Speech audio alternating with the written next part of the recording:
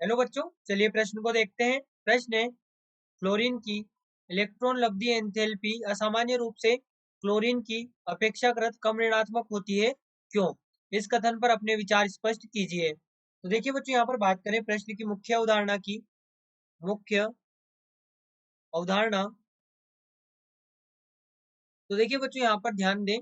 पहले यहाँ पर समझे कि इलेक्ट्रॉन लब्धि एंथैल्पी क्या है। तो देखिए, हम कह सकते हैं किसी उदासीन परमाणु से उदासीन परमाणु से परमाणु से एक इलेक्ट्रॉन, यहाँ पर किसी उदासीन परमाणु में एक इलेक्ट्रॉन प्रवेश करवाने के लिए प्रवेश कराने पर प्रवेश कराने पर जो ऊर्जा जो ऊर्जा निर्मुक्त होती है, निर्मुक्त, या फिर से हम लिख सकते हैं उत्सर्जित होती है, उत्सर्जित होती है, उसे यहाँ पर कहा जाता है इलेक्ट्रॉन लब्धि एंथैल्पी।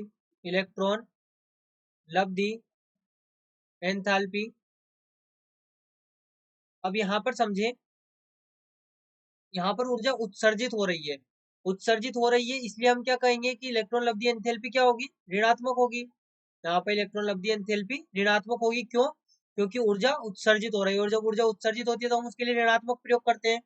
इसके बाद में देखिए, हमें यहाँ पर दिया गया है फ्लोरीन और क्लोरीन। अब जैसा कि हमें पता है कि जो आकार की यदि हम बात करते हैं, तो फ्लोरीन का जो आकार है वो क्लोरीन की अपेक्षा छोटा होता है। अब छोटा होने से क्या होगा? इलेक्ट्रॉन पास पास होंगे, इलेक्ट्रॉन पास पास होंगे तो इलेक्ट्रॉन इलेक्ट्रॉन प्रतिकर्षण लगेगा। यहाँ पर अंतर इलेक्ट्रॉनिक या अंतर इलेक्ट्रॉन प्रतिकर्षण प्रतिकर्षण अब किसमें ज्यादा होगा? जिसमें आकार छोटा होगा उसमें इलेक्ट्रॉन पास पास होंगे। इलेक्ट्रॉन पास पास होंगे तो उसमें प्रतिकर्षण भी ज्यादा होगा। तो यहाँ पर फ्लोरीन में प्रतिकर्षण ज्यादा लगता है। इलेक्ट्रॉन इलेक्ट्रॉन प्रतिकर्षण अधिक होता है।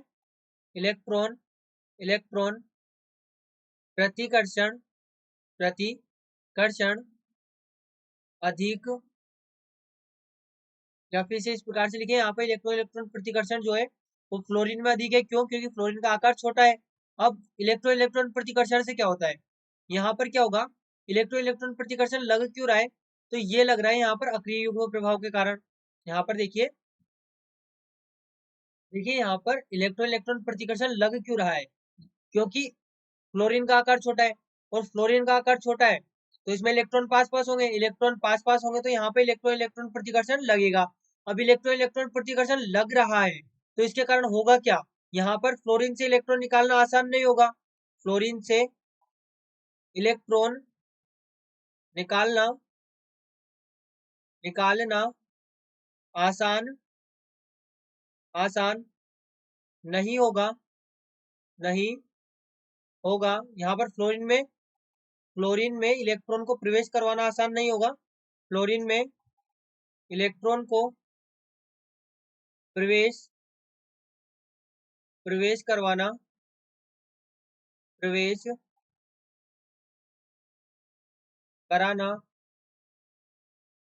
आसान नहीं होगा। या फिर इसे अगर यदि हम इस तरह से लिखें कि फ्लोरीन इलेक्ट्रॉन ग्रहण आसानी से नहीं करेगा, तो वो ज्यादा उचित यहाँ पर रहेगा। फ्लोरीन आसानी से इलेक्ट्रॉन ग्रहण नहीं करेगा। फ्लोरीन आसानी से इलेक्ट्रॉन ग्रहण नहीं करेगा, नहीं करेगा। और जब आसानी से इलेक्ट्रॉन ग्रहण नहीं करेगा तो यहाँ पर कम ऊर्जा उत्सर्जित करेगा, कम ऊर्जा उत्सर्जित करेगा। यहाँ पर ये क्लोरीन की तुलना में कम ऊर्जा उत्सर्जित करेगा। और जब उत्सर्जित कम हो रही है तो हमें पता है कि उत्सर्जित का अर्थ क्या हुआ? ऋणात्मक। उत्सर्जित का अर्थ क्या हुआ? ऋणात्मक है यहाँ पे इलेक्ट्रॉन लब्धि एंथैल्पी।